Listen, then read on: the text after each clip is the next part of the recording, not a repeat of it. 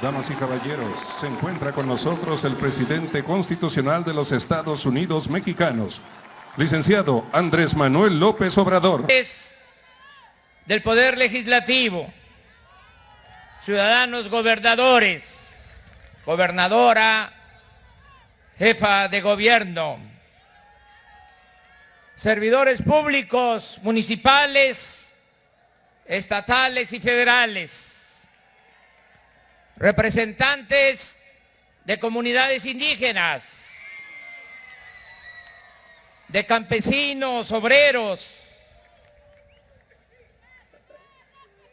Carlos Salazar, representante, presidente del Consejo Coordinador Empresarial.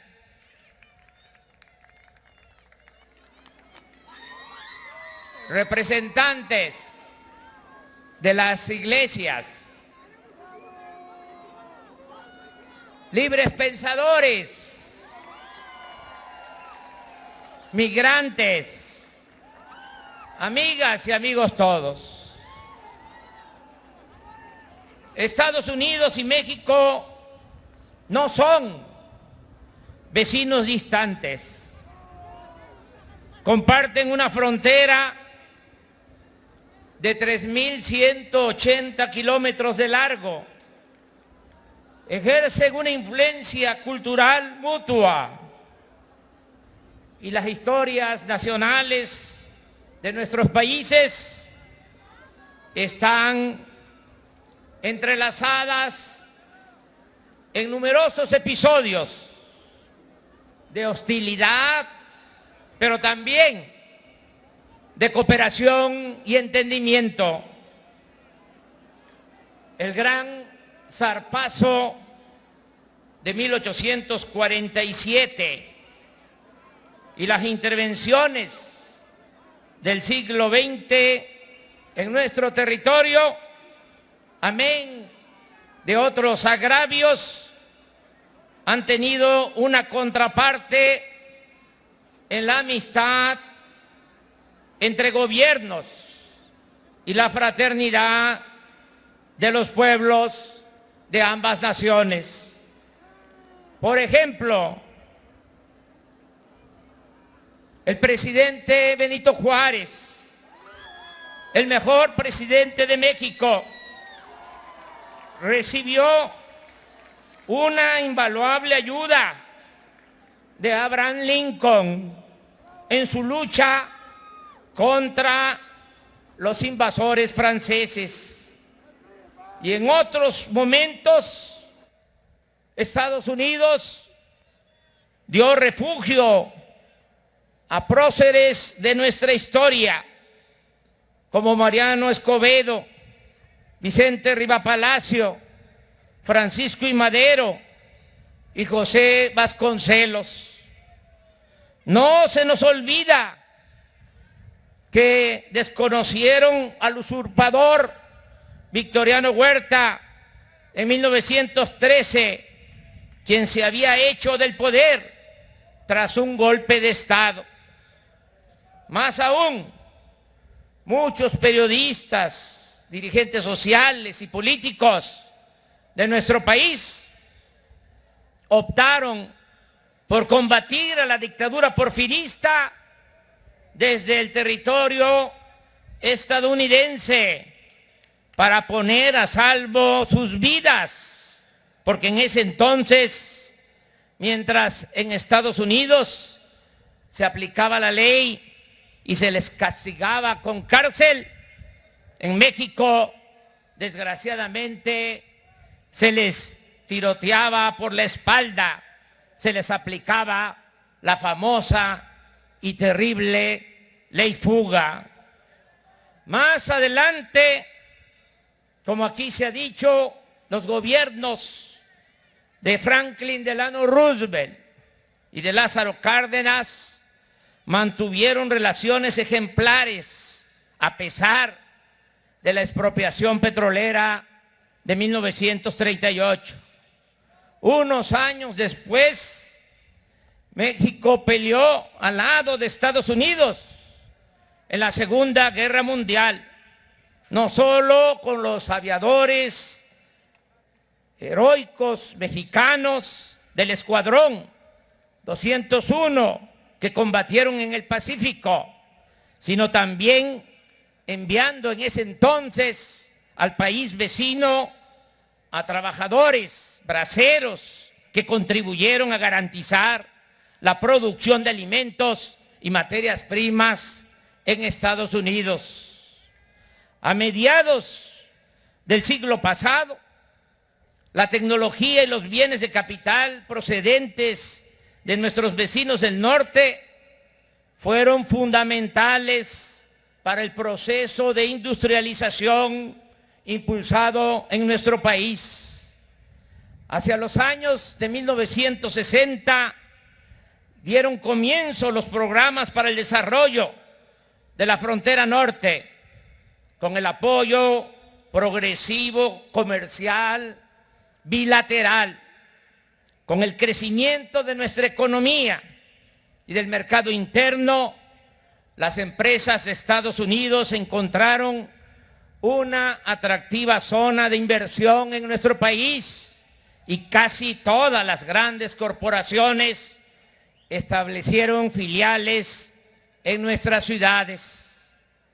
En 1993, ambos países, además de Canadá, firmaron el Tratado de Libre Comercio de América del Norte, con lo que se constituyó uno de los principales bloques económicos del mundo.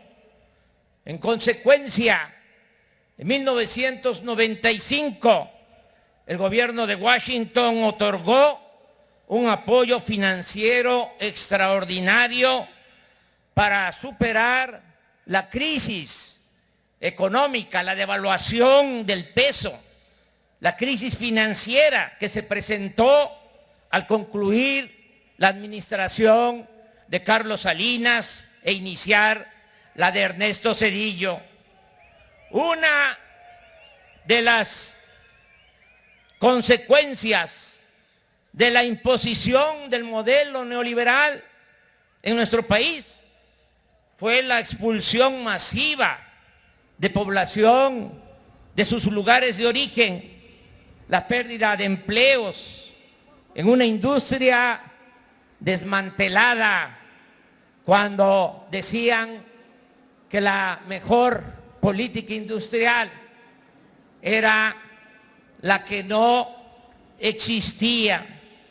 Y con ello, con el abandono de las actividades productivas en el campo, en la ciudad, creció el flujo de refugiados económicos y como nunca tuvieron que irse a buscar la vida del otro lado de la frontera millones de mexicanos, millones de compatriotas nuestros cruzaron el río Bravo en busca de subsistencia económica y de mejores horizontes de vida, y hubieron de enfrentar la discriminación, los atropellos y la persecución policial. Pero también, y eso no debemos soslayarlo, también se registraron sublimes manifestaciones de apoyo y solidaridad de una buena parte de la sociedad estadounidense. En la actualidad, Estados Unidos tiene una comunidad mexicana formada por unos 36 millones de personas, de las cuales 15 millones son nacidas en México. Esa población realiza un aporte fundamental a la economía y a la cultura del país vecino, y su participación política allí es cada vez más relevante. Hay en ella más de 1 millón de emprendedores. Además, los mexicanos realizan el 30% de las labores agrícolas en Estados Unidos, el 20% de las tareas en la construcción y el 15% en la industria turística. En contraparte, esos compatriotas contribuyen a la economía mexicana con remesas por más de 33,000 millones de dólares anuales. Un dato poco citado es que en México residen cerca de 1,200,000 estadounidenses. Es decir, nuestros dos países son protagonistas del mayor intercambio demográfico del mundo. Por lo demás, así como la nación vecina constituye el principal destino para las exportaciones mexicanas, para vender las mercancías que se producen en México, la nuestra nación es también el mercado más importante para las exportaciones de Estados Unidos. Es en este contexto y en vísperas de la conclusión del Tratado de México, Estados Unidos y Canadá, que se presenta la decisión unilateral del presidente Donald Trump de imponer un arancel generalizado y progresivo a las exportaciones mexicanas a Estados Unidos. Se trató de una medida que respetamos, pero que no compartimos, porque de aplicarse hubiese causado, como aquí se ha dicho, un daño importante en ambas economías y debilitado en forma significativa la alianza comercial de la región.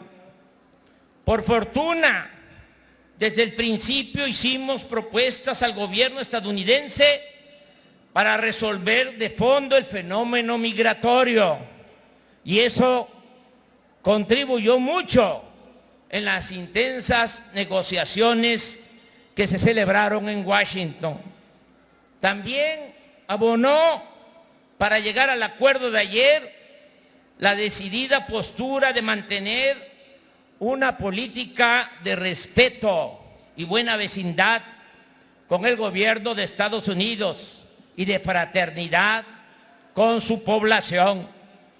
Aprovechamos aquí en Tijuana para decirle al pueblo estadounidense una vez más que no abrigamos ni abrigaremos intención alguna de perjudicarlo y que estamos resueltos a colaborar con él en todos los ámbitos, especialmente ante la preocupación que suscita el crecimiento del flujo migratorio hacia su país. Asimismo, acudimos a su comprensión porque el fenómeno migratorio no surge de la nada, es originado por las carencias materiales y la inseguridad en los países centroamericanos y en sectores y regiones marginadas de México, en donde hay seres humanos que necesitan emprender todo un peregrinar para mitigar su hambre y su pobreza o para preservar sus vidas. Hemos expresado que resolveremos el fenómeno migratorio atacando sus causas profundas, es decir, mediante el impulso al desarrollo y a la construcción del bienestar y la paz. Y en México ya lo estamos haciendo, pero para aplicar esta propuesta en las naciones de Centroamérica y del Caribe es indispensable el concurso de Estados Unidos, de Canadá y de otros países desarrollados. Quiero mencionar un dato conmovedor. De los 521,000 migrantes que ingresaron a nuestro país por la frontera sur en el curso de este año con la intención de llegar a Estados Unidos, 159.395 son menores de edad y 43.875 niñas y niños viajaron solos. Es claro que ante esta amarga realidad, esta amarga y dolorosa realidad, no se puede enfrentar la solución solo a cerrar fronteras o a utilizar medidas coercitivas. Lo más eficaz y lo más humano es enfrentar el fenómeno migratorio combatiendo la falta de oportunidades de empleo y la pobreza para lograr que la migración sea opcional, no forzada. En consecuencia, reafirmamos nuestro compromiso de contribuir a evitar que los migrantes atraviesen el territorio nacional para alcanzar el de Estados Unidos, pero jamás lo haremos violando los derechos humanos de los viajeros, empezando por el principal de los derechos humanos, el derecho a vivir libres de miseria, el derecho a la vida. Bajo este criterio que sostendremos siempre, será injusto el que se pretenda castigar a México por proponer un alto a la migración mediante el impulso al bienestar y la seguridad en sus puntos de origen y por procurar la fraternidad entre las sociedades y los pueblos. Celebramos el importante acuerdo de ayer porque se nos estaba colocando en una situación muy difícil, muy incómoda, la de tener que aplicar a ciertas mercancías de Estados Unidos las mismas medidas, restricciones comerciales similares a las que se iban a imponer a las exportaciones mexicanas. Confieso que como persona, como ciudadano, rechazo los actos de represalia y la ley del talión. Soy un pacifista convencido, inspirado en los ejemplos de Gandhi, de Martin Luther King, de Nelson Mandela. Sin embargo, como jefe y representante del Estado mexicano, no puedo permitir a nadie que se atente contra la economía de nuestro país, y menos que se establezca una asimetría injusta, indigna para nuestro gobierno y humillante para nuestra nación. Afortunadamente, ayer se impuso la política sobre la confrontación y debo reconocer que hubo voluntad para buscar una salida negociada al conflicto de parte del presidente Donald Trump y de sus principales colaboradores. Me consta al presidente Donald Trump, por eso no le levanto un puño cerrado, sino una mano abierta y franca.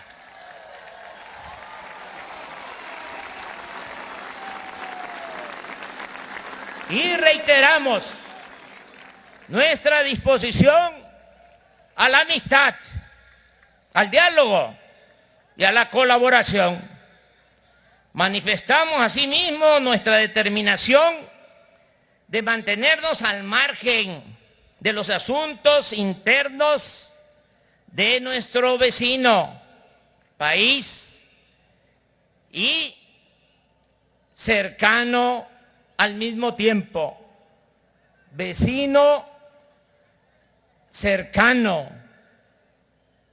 Estados Unidos, en congruencia con nuestra política de principios, de no intervención, de autodeterminación de los pueblos, de que no haya injerencia extranjera en las decisiones que solo competen a la soberanía de nuestro pueblo.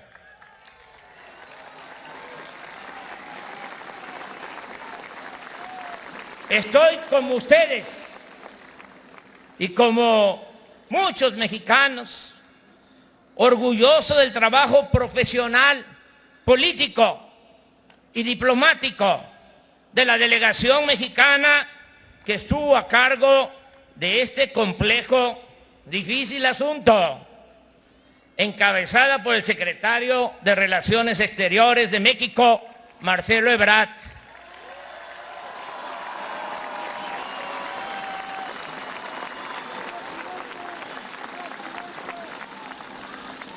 Como él mismo lo expresó, es sencillo de comprender.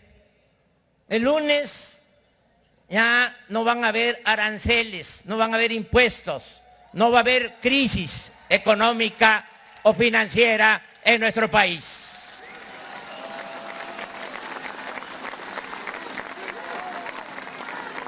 Agradezco también la solidaridad del pueblo de México, de los mexicanos. El pueblo de México es mucha pieza.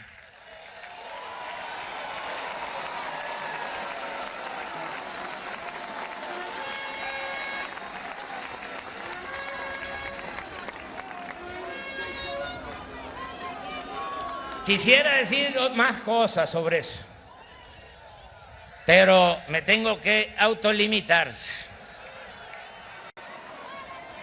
Agradezco la solidaridad de todas las clases sociales, de todos los sectores, de todas las corrientes del pensamiento, de todos los mexicanos que no titubearon en manifestar su apoyo en la defensa de la dignidad de nuestro país y al mismo tiempo con mucha madurez política preservar la amistad con el pueblo de Estados Unidos. ¿Qué sigue? Cumplir puntualmente los compromisos. Los compromisos se cumplen. Reforzar nuestra frontera, aplicar la ley y respetar los derechos humanos. Promover la aplicación inmediata del programa de desarrollo de la CEPAL para impulsar las actividades productivas y crear empleos en Centroamérica y en el sur-sureste de México. Desde la semana próxima estaremos ofreciendo ayuda humanitaria, oportunidades de empleo, educación, salud y bienestar a quienes esperen en México su solicitud de asilo para ingresar legalmente a los Estados Unidos. Agrego que existen condiciones políticas inmejorables para conseguir en tiempo y forma, de acuerdo a el Estado de Derecho que prevalece en el país con autonomía a los poderes. Puedo decir que estoy casi seguro de la ratificación en la Cámara de Senadores del Tratado de Libre Comercio entre México Estados Unidos y Canadá.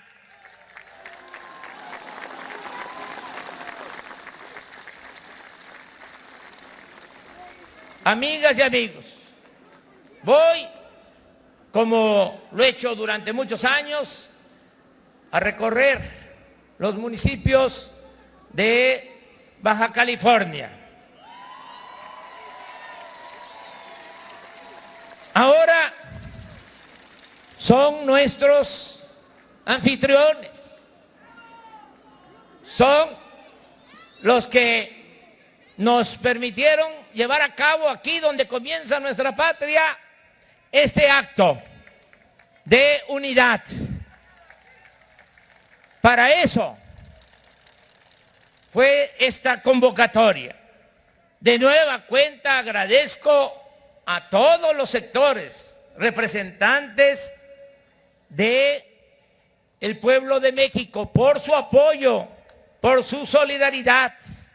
Le agradezco mucho a los medios de comunicación de nuestro país, que a pesar de que podamos tener diferencias, porque vivimos en un país libre y aspiramos a construir una democracia, no una dictadura, y tiene que garantizarse siempre el derecho a disentir, a pesar de diferencias. Los medios de información en nuestro país se portaron a la altura de las circunstancias. Amigas y amigos, como todos lo sabemos, esto es de dominio público. México es un país con muchas riquezas naturales, con un pueblo noble y trabajador. Tenemos la herencia de grandes civilizaciones y de culturas practicantes de una ética social extraordinaria, que nos han dejado el hábito, así, nos han heredado el hábito del trabajo. Los mejores trabajadores en Estados Unidos son los mexicanos.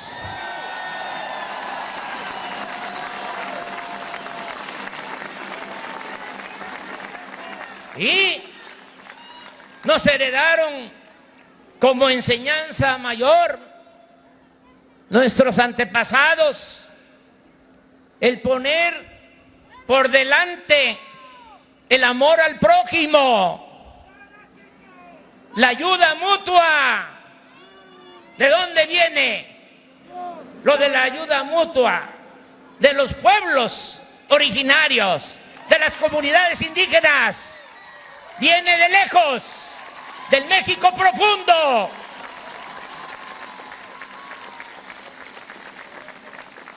Y ¿se acuerdan lo que nos repetían nuestros padres, nuestros abuelos? Lo que se decía en los pueblos, corría de voz, de boca en boca. Decían, hacer el bien sin mirar a quién.